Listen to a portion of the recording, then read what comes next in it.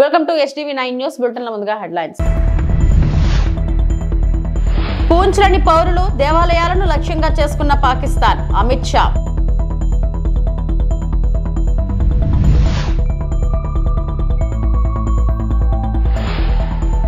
పోలీసులను అడ్డుపెట్టుకుని రాజకీయాలు చేసేది వైఎస్ఆర్సీపీ వాళ్లు. పులివెందుల నియోజకవర్గం టీడీపీ ఇన్ఛార్జ్ బీటెక్ రవి.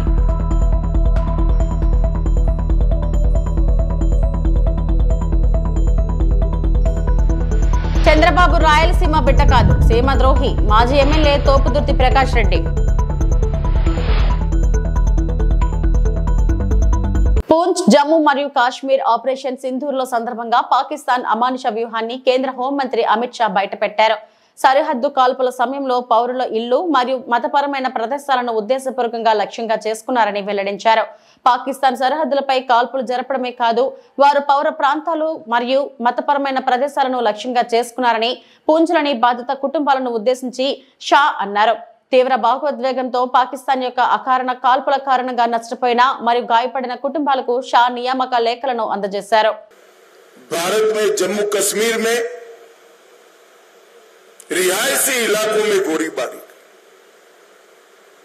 और इसका सबसे बड़ा नुकसान हमारे पूंछ को हुआ. पूंछ में शायद आजादी के बाद पहली बार गोलीबारी हुई, मगर पूंछ के साथ साथ सभी जगह पे रिहायशी इलाकों पर, गुरुद्वारों पर, मंदिरों पर, मदरसों पर गोलीबारी करने का काम पाकिस्तान ने किया और आज पूरी दुनिया पाकिस्तान के हमले की घोर निंदा करती है. और जब पाकिस्तान ने हमारे रिहायशी इलाकों पर, नागरिकों पर, निहत्थे नागरिकों पर हमला किया, तब भारतीय सेना ने इसका भी सटीक जवाब दिया और उनके 9 हवाई अड्डों को, उनकी मारक क्षमता को क्षतिग्रस्त कर एक मजबूत. పులివెందుల నియోజకవర్గం టీడీపీ ఇన్ఛార్జ్ బీటెక్ రవి మాట్లాడుతూ పులివెందుల రింగ్ రోడ్ చుట్టూ వైఎస్ఆర్ విగ్రహాలు అమర్చారని, ఎక్కడ కూడా వైఎస్ఆర్ విగ్రహానికి తగిలే విధంగా మా తోరణాలు కట్టలేదని అన్నారు. నిజమైన వైఎస్ఆర్ అభిమానులు ఒక్కసారి ఆలోచించాలన్నారు. వైఎస్ విజయమ్మపై కేసు నమోదు చేయించిన వారెవరూ ఆలోచించాలన్నారు. న్యాయబద్ధంగా శర్మలకు రావాల్సిన ఆస్తిని కూడా చేసింది ఎవరు అని అన్నారు. రాజశేఖర రెడ్డి రాముడైతే లక్ష్మణుడిలాగా పనిచేసిన వ్యక్తి వైఎస్ వివేకానంద రెడ్డి అని, వైఎస్ వివేకానంద రెడ్డిని హత్య చేసిన కేసులో అభియోగాలు ఎవరు ఎదుర్కొంటున్నారని ప్రశ్నించారు. పర్యాటక కేంద్రమైన గండికొండలో శ్రీకృష్ణదేవరాయ విగ్రహాన్ని ఏర్పాటు చేస్తున్నామని పోలీసులను అడ్డం పెట్టుకుని రాజకీయాలు చేసింది వైసీపీ నాయకులే అని, అవినాష్ రెడ్డి తల్లిని సైతం అడ్డు పెట్టుకుని సిబిఐకి దొరకకుండా తప్పించుకుంది నువ్వు కాదా అవినాష్ రెడ్డి అని అన్నారు. మీ అందరికీ తెలుసు, 27, 29 ఈ దాంట్లో మన కడప జిల్లాలో మహానాడు అత్యంత వైభవంగా జరిగింది. ఆ ప్రోగ్రాం కూడా విజయవంతమైంది. అందులో భాగంగా మేమేదో రాజశేఖర రెడ్డి గారి విగ్రహాలకు ఏదో కట్టామని రాద్ధాంతం చేసి మేము మిమ్మల్ని ముందే ఇక్కడికి రమ్మన్నాం. రాజశేఖర రెడ్డికి ఎక్కడైనా టచ్ అయినాయా జెండా కానీ మాది కానీ మీరే చూడండి. మేము ఒక పద్ధతి ప్రకారం పోనీ మేము వేరే చోట డెకరేషన్ చేసుకునే దానికి మాకు ఎక్కడన్నా ప్లేస్ ఉందా? లేదు. అలాంటప్పుడు దీన్ని బూత్ చూపించి పోలీసులను అడ్డం పెట్టుకొని, సరే పోలీసులు అడ్డం పెట్టుకొని చేయాలంటే సంవత్సరం అయింది. ఎవడైనా ఒక వైఎస్ఆర్సీపీ కార్యకర్త ఎవడైనా సరే వచ్చి నన్ను పోలీసులను అడ్డం పెట్టుకొని నువ్వు కక్ష సాధింపు చర్య చేసినావని నాకు చెప్పండి, నేను ఇప్పుడే వాళ్ళకి సమాధానం కూడా చెప్తాను. వాళ్ళంతకు వాళ్ళు ఇప్పుడు ఒకవేళ జరిగింది, ఈడ చుట్టూ కట్టినప్పుడు మీరు మున్సిపాలిటీ వాళ్ళకి కంప్లైంట్ చేసినారు, ఆర్డీఓ కంప్లైంట్ చేసినారు. ఏదంటే మున్సిపాలిటీకి సంబంధించిన సిబ్బంది వచ్చి ఇవి తొలగిస్తారు, లేదా ఆర్డీఓ గారికి సంబంధించిన సిబ్బంది, లేదా పోలీసులు వచ్చి వీటిని తొలగించడం ధర్మం. మేము ఒక పక్క మహానాడు జరుగుతూ ఉంటే మీరంతా దౌర్జన్యంగా వచ్చి జెండాలు పీకి కాళ్ళతో తొక్కి చేయడం అనేది, ఇంత చేసిన తర్వాత పోలీస్ యాక్షన్ తీసుకోరా? పోలీస్ యాక్షన్ తీసుకుంటే తర్వాత మళ్ళీ పోలీసులను అడ్డబెట్టుకొని దద్దమ్మ రాజకీయాలని ఆయన మాట్లాడుతున్నాడు. సిగ్గులేని లఫ్ట్ రాజకీయాలు చేసింది మీరు. కడప నుంచి నేను వస్తా అంటే యోగివేమ యూనివర్సిటీ కాడ పోలీసు వాళ్ళు కదా నన్ను అరెస్ట్ చేసి ప్రైవేట్ వాళ్ళకి అప్పగించింది మీరు. మళ్ళీ పోలీసుల గురించి మీరు దాని గురించి మాట్లాడడం, పోలీసులు అడ్డపెట్టుకుని కాదా నువ్వు కర్నూలులో సిబిఐ కేసు నుంచి బయటపడింది. ఒకసారి చూడు, మాట్లాడేటప్పుడు ఏం మాట్లాడతారు ఏమనేది కూడా వెనక ముందు చూసుకోరా. అదే పోలీసులు, ఆంధ్ర పోలీసులు లేకపోతే సిబిఐలు నిన్నెప్పుడు అరెస్ట్ చేసిండ్రు. ఎవడు కూడా కన్న తల్లిని కూడా రాజకీయాల్లోకి నీ స్వలాభం కోసం ఆ తర్వాత దీంట్లోకి ఈడ్చరు, లాగరు. అలాంటిది మీ అమ్మ, మీ తల్లిగారు అంటే మాకు అందరికీ కూడా గౌరవం. ఆయన ఎప్పుడు బైబిల్ పెట్టుకొని వేరే విషయాలు కూడా, అలాంటి ఆయనను కూడా లేని జబ్బును సృష్టించి హాస్పిటల్లో పెట్టి ఆంధ్ర పోలీసులను అడ్డ పెట్టుకొని తప్పించుకుంది నువ్వు మళ్ళీ పోలీసుల గురించి మాట్లాడడం, ఇంకా దీనికి ఏమనాలో కూడా నాకు అర్థం కావడం లేదు. అమెరికాలో తెలంగాణను జరుపుకుంటున్నాం. తెలంగాణ 11 సంవత్సరాలు మరియు బీఆర్ఎస్ 25 సంవత్సరాలు జరుపుకుంటున్నాం. జూన్ 1, 2025 జరిగే ఈ కార్యక్రమానికి BRS working president KTR BRS ముఖ్య అతిథిగా హాజరవుతారు. జూన్ 1, 2025 ఆదివారం వేదిక Comerica Center, Doctor Pepper Arena, Avenue of the Stores, Frisco, TX 75035. జై తెలంగాణ అంటూ కేటీఆర్ అన్నారు. హాయ్, నేను మీ కేటీఆర్ మాట్లాడుతున్నాను. మిమ్మల్ని అందరినీ కలవడానికి, మీతో పాటు తెలంగాణ అవతరణ సంబరాలు చేసుకోవడానికి, బీఆర్ఎస్ పార్టీ కేసీఆర్ గారి నాయకత్వంలో 25 సంవత్సరాలు పూర్తి చేసుకుంటున్న సందర్భంగా సిల్వర్ జూబ్లీ సెలబ్రేషన్ కూడా చేసుకోవడానికి నేను టెక్సస్ వస్తున్నాను. డాలస్లో మొత్తం అక్కడ ఉన్న తెలుగు వారందరినీ కలుసుకోవడానికి, అమెరికా వ్యాప్తంగా వస్తున్న మిత్రులందరినీ కలుసుకోవడానికి ఇది ఒక మంచి వేదికగా నేను అనుకుంటా ఉన్నా. జూన్ 1, 4 గంటలకి doctor pepper arena, Dallas. See you there. జై తెలంగాణ. అనకాపల్లి జిల్లా నర్సీపట్నం గొలుగొండ మండలం కృష్ణదేవిపేటలో ఏర్పాటు చేసిన అల్లూరి సీతారామరాజు స్మారక పార్క్ ను శుక్రవారం త్రిదండి చిన్నజీఆర్ స్వామి గౌరవ స్పీకర్ అయ్యన్న పాత్రుడితో కలిసి సందర్శించారు. ఈ సందర్భంగా అల్లూరి సమాధుల వద్ద పుష్పాంజలి ఘటించి స్వాతంత్ర సమరయోధుడైన అల్లూరి సీతారామరాజు త్యాగాలను స్మరించుకున్నారు. పార్క్ లో ఏర్పాటు చేసిన శిలా ఫలకాలను ఆసక్తితో చదివిన చిన్నజీఆర్ స్వామి అల్లూరి చరిత్ర, ఉద్యమ ప్రాముఖ్యతను స్థానికులచే అడిగి తెలుసుకున్నారు. ఇతిహాస ఘట్టాలు మన పిల్లలకు పరిచయం చేయడం ద్వారా పౌర సమాజంలో చైతన్యం నెలకొంటుందని పేర్కొన్నారు. ఈ సందర్భంగా చిన్నజీఆర్ స్వామి మాట్లాడుతూ, వివాహ బంధం అనేది 2 కుటుంబాల మధ్య ఒక పవిత్రమైన ఒప్పందం. సద్గుణాలతో కూడిన నూతన తరం ఎదగాలంటే మన సంస్కృతి విలువలను నేటి యువతకు బోధించాలి. సమాజానికి దోహదపడే మనస్తత్వం కలిగిన పిల్లలు పుట్టాలని ఆశీర్వదిస్తున్నామని అన్నారు.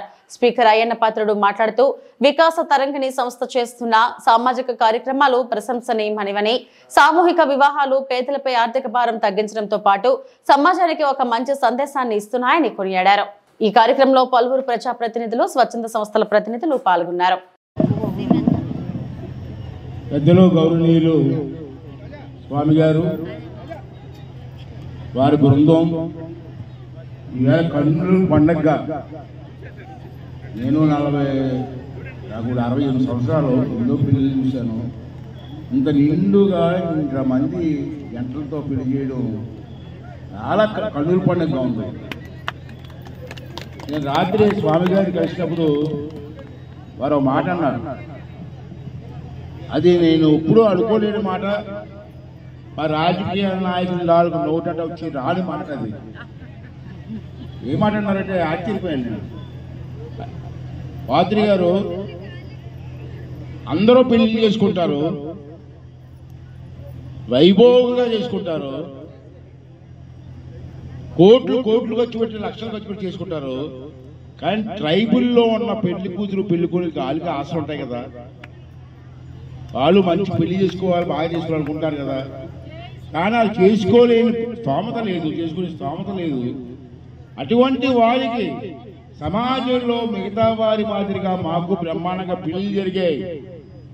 ఆయన ఒక ఆత్మస్థైర్యాన్ని కల్పించాలని ఉద్దేశంతో ఈ కార్యక్రమం పెట్టిన స్వామి గారు అంటే నిజంగా కాళ్ళకి అందరూ కూడా నమస్కారం పెట్టవలసిన అవసరం. నేను ఒక మాట అంటాను, మీరందరూ కూడా అది ఎక్కువ మాట్లాడే టైం కూడా లేదు. మీ అందరికీ ఒక మాట అంటాను, పెళ్లి కొడుకు పెళ్లి కూతురికి మీరు ఎన్ని కోట్లు ఖర్చు పెడితే ఇటువంటి పెళ్లి దొరుకుతుంది, ఇప్పుడు పెద్దల ఆశీర్వాదం దొరుకుతుంది, ఇంతమంది కళ్ళుల పండుగ చూసే అవకాశం దొరుకుతుంది. మరి మీరు అంత అదృష్టవంతులు కదా. వారు కోరుకుంటారు. ఆఖరిని ఒక మాట అన్నారు, మీరు ఆనందంగా ఉండాలి, మీ కుటుంబం ఆనందంగా ఉండాలి. ఒక్కొక్కరికి కూడా వీటిని మేము అందజేస్తాం. అందరికీ అందిన తర్వాత అప్పుడు ఇక్కడ మన పంతులు గారు చక్కగా మంత్రాలు చదువుతారు. మీరందరూ కూడా వారు చెప్పినట్లుగా మంగళ సూత్ర ధారణని చేస్తారు. మీ అందరికీ కూడా అనేక మంగళ ఆశాసనాలు చేస్తున్నాం. మీరందరూ కూడా మన ధర్మానికి ప్రతినిధులై ఉండాలి. ఉంటారు అలాగా? ఎవరెవరు ఉంటారు? చేతులు ఎత్తండి చక్కగాను.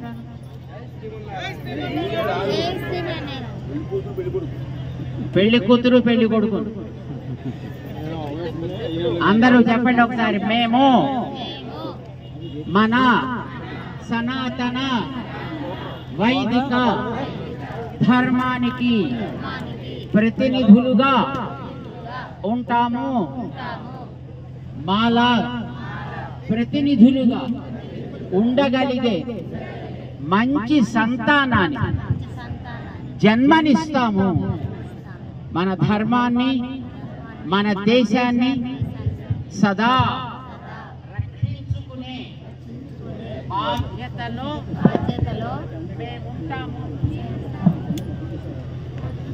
మేముంటాము.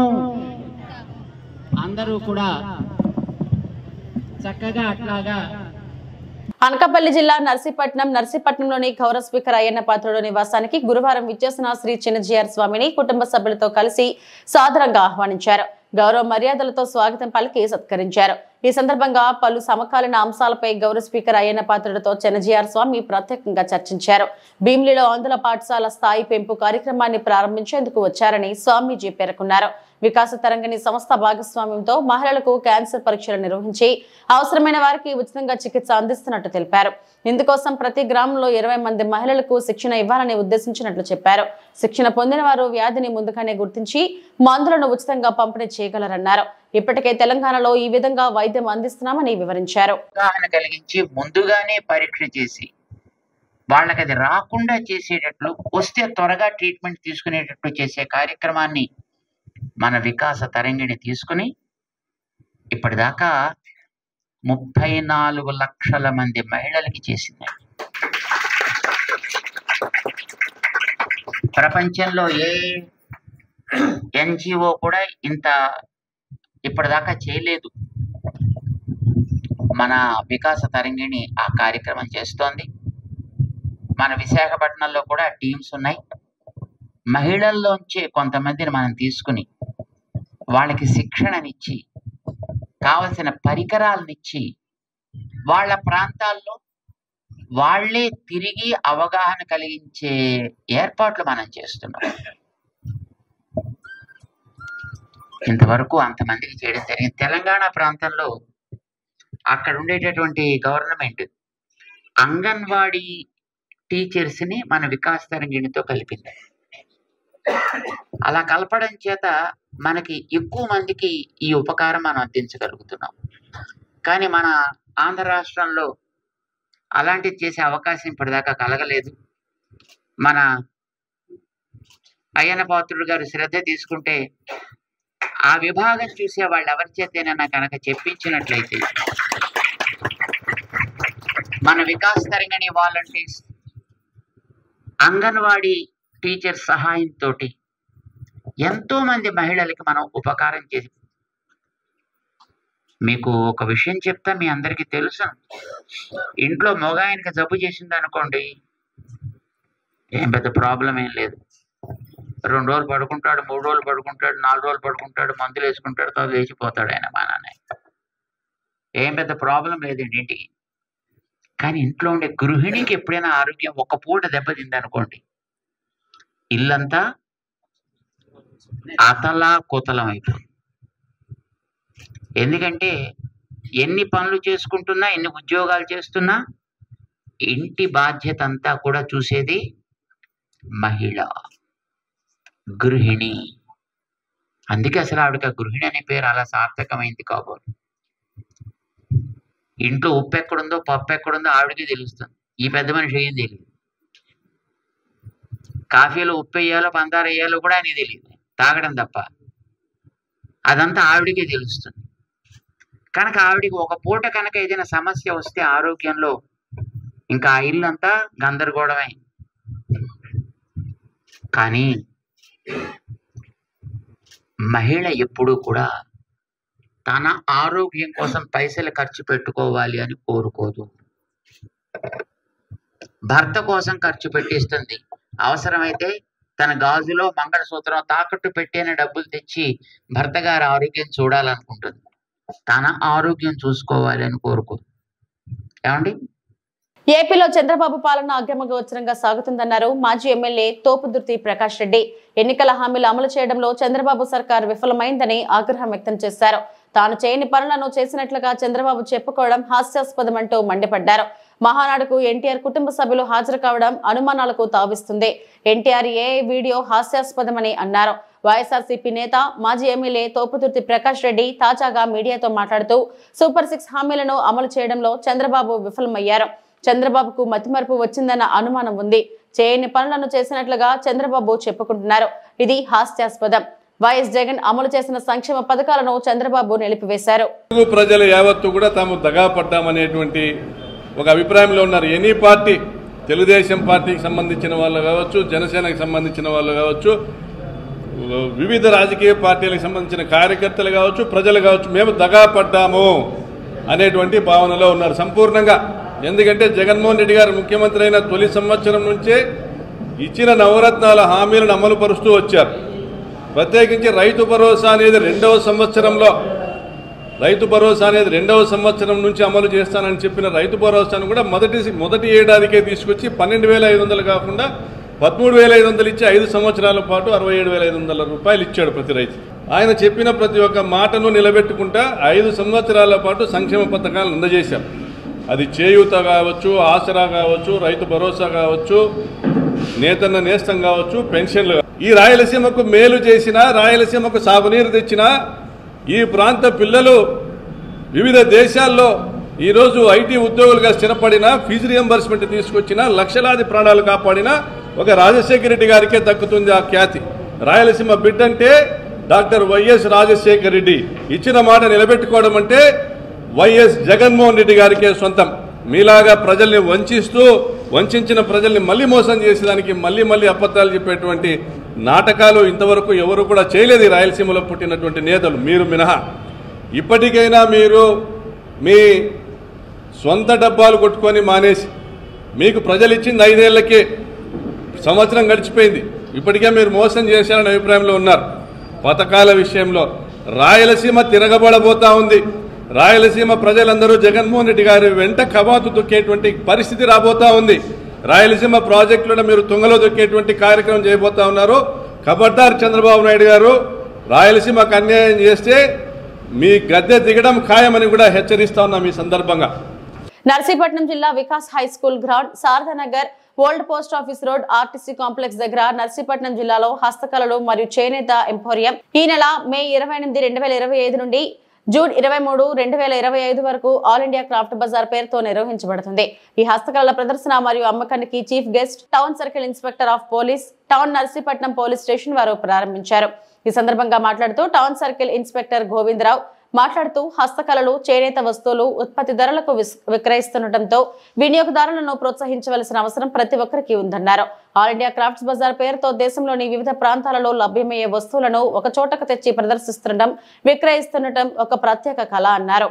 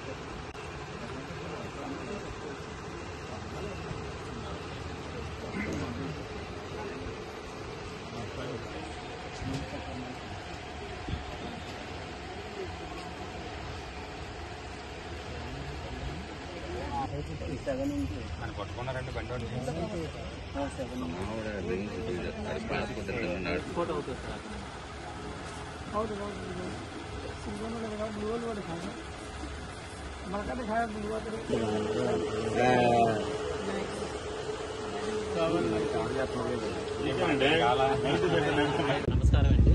ఈరోజు all India craft bazaar handloom handicraft exhibition Narsipatnam శారదానగర్లోని మన నర్సీపట్నం టౌన్ సిఐ సార్ చేత ఓపెనింగ్ చేయడం జరిగింది. ఇది ఈ రోజు నుంచి వచ్చే నెల 22వ తారీఖు వరకు కొనసాగుతుంది. ఆల్ ఓవర్ ఇండియా నుంచి దగ్గర ఒక 100 వెరైటీస్ ఆఫ్ ఐటమ్స్ ఇక్కడ ప్రదర్శించడం జరిగింది. ఇక్కడ ఎంట్రీ ఫీజు కానీ పార్కింగ్ ఫ్రీ కానీ ఏమి ఉండదు, ఎంట్రీ ఫ్రీ.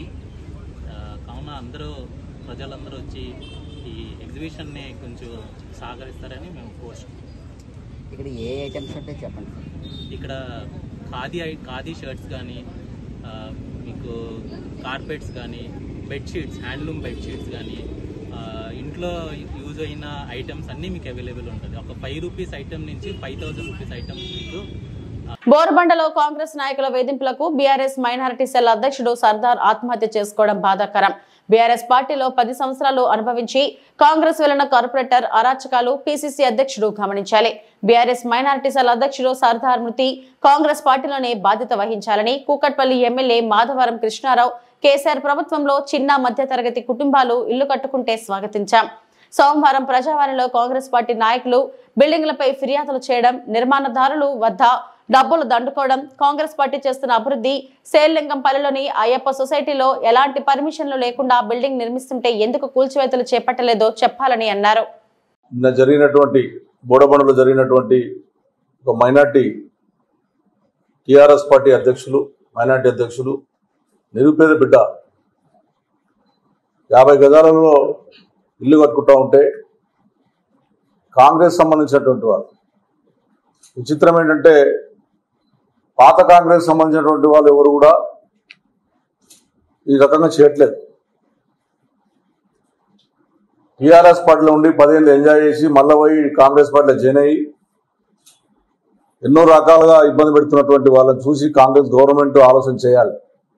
ముఖ్యమంత్రి గారు కానీ పిసిసి అధ్యక్షుడు కానీ దీని మీద ఆలోచన చేయాలి. మీ కార్యకర్తలు చేస్తున్నటువంటి దుర్మార్గం వల్ల, నిన్న మీ కార్పొరేటర్ చేసినటువంటి దుర్మార్గం వల్ల నిన్న సర్దార్ అంటే నిండు ప్రాణం ఉన్న 30-40 సంవత్సరాల పిల్లగాడు, 2 ఆడపిల్లలు ఉన్నారు, దుంకి చనిపోయాడంటే ఏ రకంగా హైదరాబాద్ నగరంలో ఈ వస్తువులకు పాల్పడుతున్నటువంటిది కూడా ఒకసారి ఆలోచన చేయాలి. గతంలో మేము కేసీఆర్ ప్రభుత్వంలో 10 ఏళ్లలో ఎక్కడ కూడా ఎవరిని కూడా ఇబ్బంది పెట్టకుండా, చిన్నవాళ్ళ తెరువు పోకుండా 72 గజాల జాగా ఎవరైనా కట్టుకుంటే కూడా వాళ్ళకు రూపాయి పర్మిషన్లా ఇప్పించి వాళ్ళకి కట్టే విషయంగా ఆలోచన చేశాం.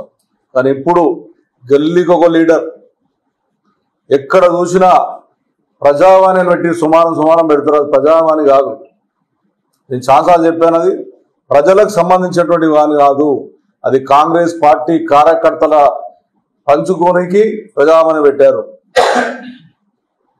ఏదైతే ఈ రోజున ఆఫీసర్స్ కూడా మా కుక్కట్పల్లి కాన్స్టిట్యున్సీ లో కానీ హైదరాబాద్ నగరంలో కానీ ఆఫీసర్స్ ఎక్కడ కూడా దీని మీద చర్యలు తీసుకోకుండా కాకుండా ఆఫీసర్ల పాత్ర వాళ్ళే పంపించి ఫలానా నాయకుని కలవండి, కలిస్తేనే మేము ఇల్లు ఆపుతాము లేకపోతే ఆపమనే విధంగా ఈరోజు చేస్తా ఉన్నారు. 18 నెలలైంది ఇప్పటికీ కాంగ్రెస్ పార్టీ పరిపాలన వచ్చి హైదరాబాద్ నగరానికి కనీసం ఒక పైసా పని చేయకుండా ప్రజలను వేధించి హైదరాబాద్ నగరంలో ఉన్నటువంటి సేలింగంపల్లిలో ఉన్నటువంటి అయ్యప్ప సొసైటీ 6, 7, 8 ఫ్లోర్ వద్ద 0 పర్మిషన్. దాన్ని ముట్టుకున్న దానికి భయపడతారు ఆఫీసర్లు. దానికి ఆనుకోని ఉన్నటువంటి బోడబండ మాత్రము దూరగొట్టే ప్రయత్నం చేస్తే నిండు ప్రాణం ఉన్నటువంటి సర్దార్ చనిపోవడం అనేది పూర్తి బాధ్యత కాంగ్రెస్ పార్టీ వహించాలి. ఎవరైతే వేధింపులు పాల్పంచుకున్నారో, వేధింపులు చేశారో, ఆ యువకుడు చనిపోయాడో వాళ్ళ మీద కేసులు బుక్ చేయాలి. ఏదో చిన్న కేసులు పెట్టి చేతులు దులుపుకుంటే రేపొద్దు ఖచ్చితంగా మేము దాని మీద పోరాడతామని చెప్పి కూడా ఈ సందర్భంగా తెలియజేస్తా ఉన్నాం. ఇవి ఇప్పటివరకు నా బులెటిన్ అప్డేట్స్. నమస్తే.